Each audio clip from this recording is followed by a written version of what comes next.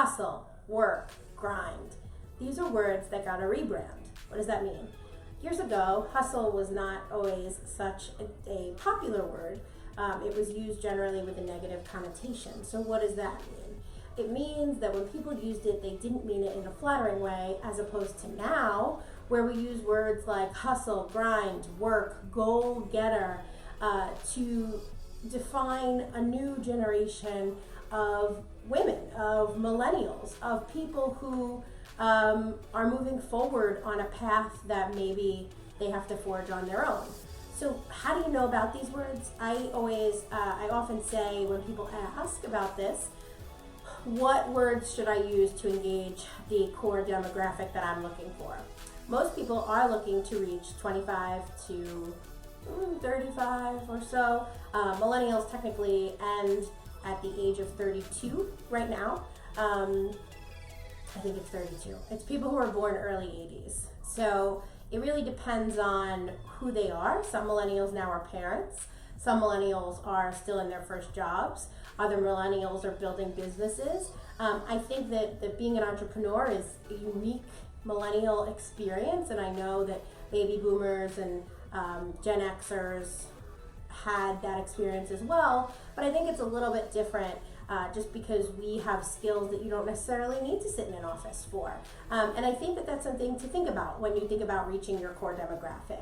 You want to make sure that the words you're using are words that they will respond to in a positive way, because you could also, come off as too on fleek and seem like you're trying too hard, and then that's negative. So how do you make sure that every word you're using works for your audience? Well, it is a little bit of trial and error, but it's also creating a brand voice. So in order to create a brand voice, you actually create personas.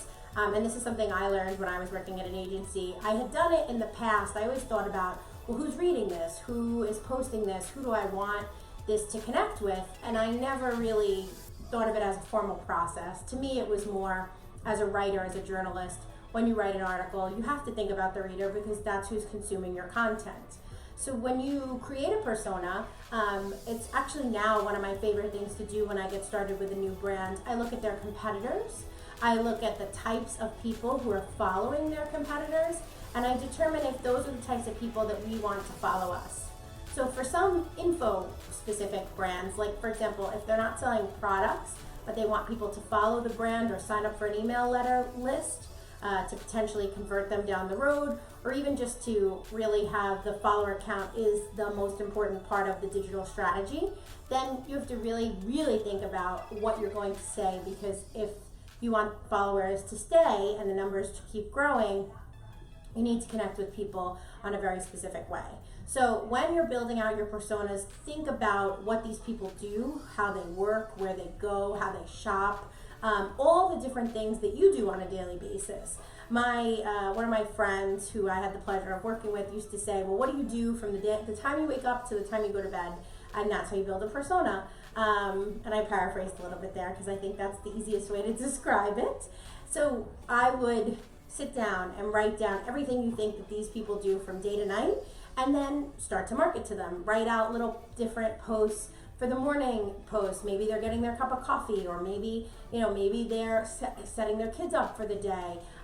It really just depends on who your audience is and who you're trying to reach, and then figuring out what they want from you as a brand. And I hope that's helpful. Remember, a rebrand often includes titles, terms, and different personas to reach a new community and engage with them in a new way.